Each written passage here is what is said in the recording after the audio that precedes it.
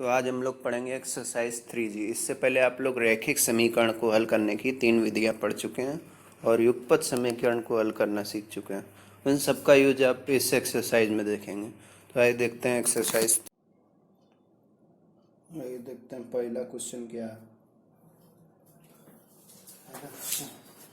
निम्न कथन को समीकरण द्वारा व्यक्त कीजिए। एक पिता की आयु पुत्र की आयु से 4 गुनी है।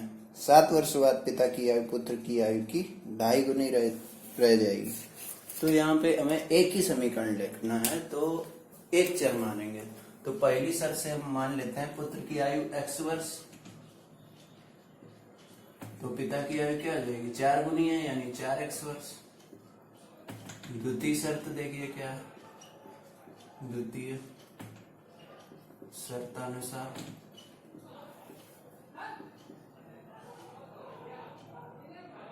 सात वर्ष बाद बोला गया, 7 वर्ष बाद पिता की आयु पुत्र की आयु से 2.5 गुनी रह जाएगी, यानी 7 वर्ष बाद पिता की आयु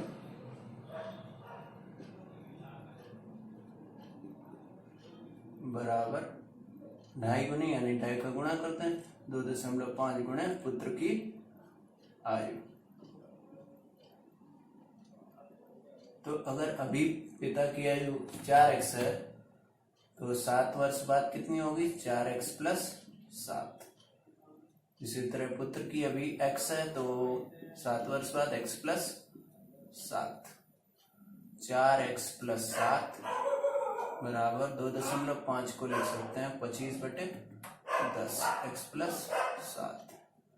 ये कट गया 25 5 दूनी 10, यानी आ गया 4x प्लस 7 बराबर 5/2 x प्लस 7। तो यहाँ पे ये समीकरण आ गया। हमें एक समीकरण लिखना था इसलिए एक ही चर माना हमने। ये आइए देखते हैं दूसरा क्वेश्चन।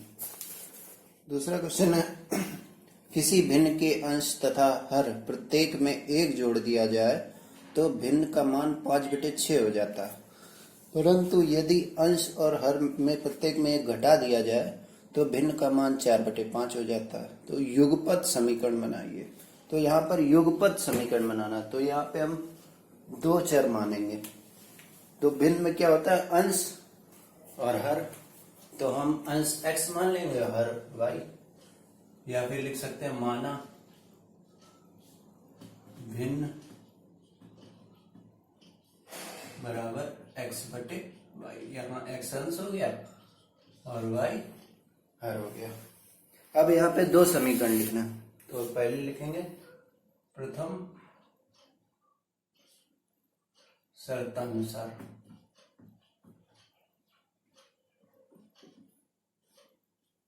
देखिए पहली शर्त क्या है,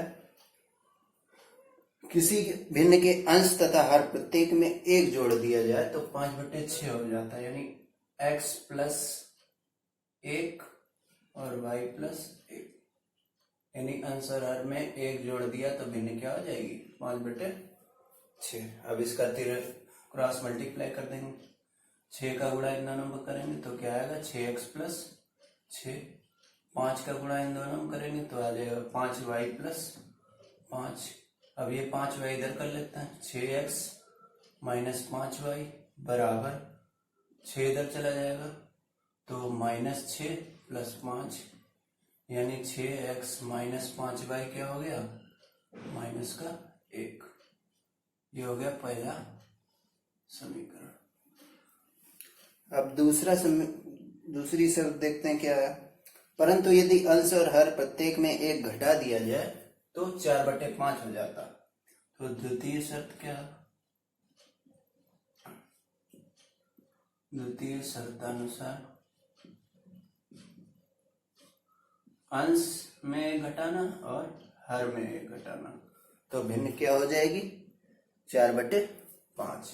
तो भिन्न क्या हो जाएगी 4/5। अब इसका भी तिर्यक गुणा कर देंगे, तो 5 का गुणा इन दोनों में करेंगे तो आएगा 5x माइनस 5, 4 का गुणा इन दोनों में करेंगे तो आएगा 4y माइनस 4। अब 4y को इधर कर देते हैं, 5x माइनस 4y बराबर 5 माइनस 4, तो आ जाएगा 5x माइनस 4y बराबर 1। तो यहाँ पे ये दूसरा समीकरण आ गया। तो यही दोनों समीकरण मिलके युगपत समीकरण बनाने, बस इतना ही हमें लिखना था यहाँ पर, इसको सॉल्व नहीं करना। ये आपके हो गए युगपत समीकरण। ये देखते हैं क्वेश्चन अगला।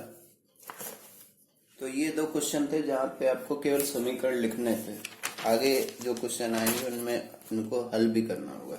जैसे इसी तरह का एक क्वेश्चन देख लेते हैं, क्वेश्चन नंबर 5। यदि किसी भिन्न के अंश में 6 जोड़ दिया जाए तो भिन्न 1/2 हो जाती है। यदि उसके हर में 7 जोड़ दिया जाए तो वह 1/3 हो जाती है। तो देखिए इसी तरह से करेंगे। क्वेश्चन नंबर 7 यही मान लेंगे, माना भिन्न बराबर x/y। तो यहाँ पर पहली शर्त क्या है,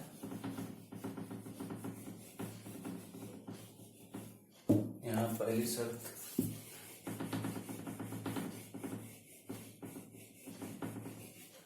प्रथम शर्त है, यदि भिन्न के अंश में 6 जोड़ दिया जाए, यानी x में 6 जोड़ दो तो भिन्न क्या हो जाती है, 1/2 हो जाती है। इसी तरह दूसरी शर्त क्या है, यदि उसके हर में 7 जोड़ दिया जाए तो 1/3 हो जाती है। हर में 7 जोड़ दें तो ये भिन्न हो जाती है 1/3। अब इन दोनों को हल कर लेते हैं। यहाँ फिर गुणा करेंगे तो आएगा 2x + 12 बराबर y। तो यहाँ से आया 2x - y + 12 बराबर 0। ये पहला समीकरण हो गया। इसको तिर्यक गुणा करेंगे, 3x बराबर y + 7। तो 3x - y - 7 बराबर 0। ये दूसरा समीकरण हो गया। देखिए इसको कैसे हल करेंगे।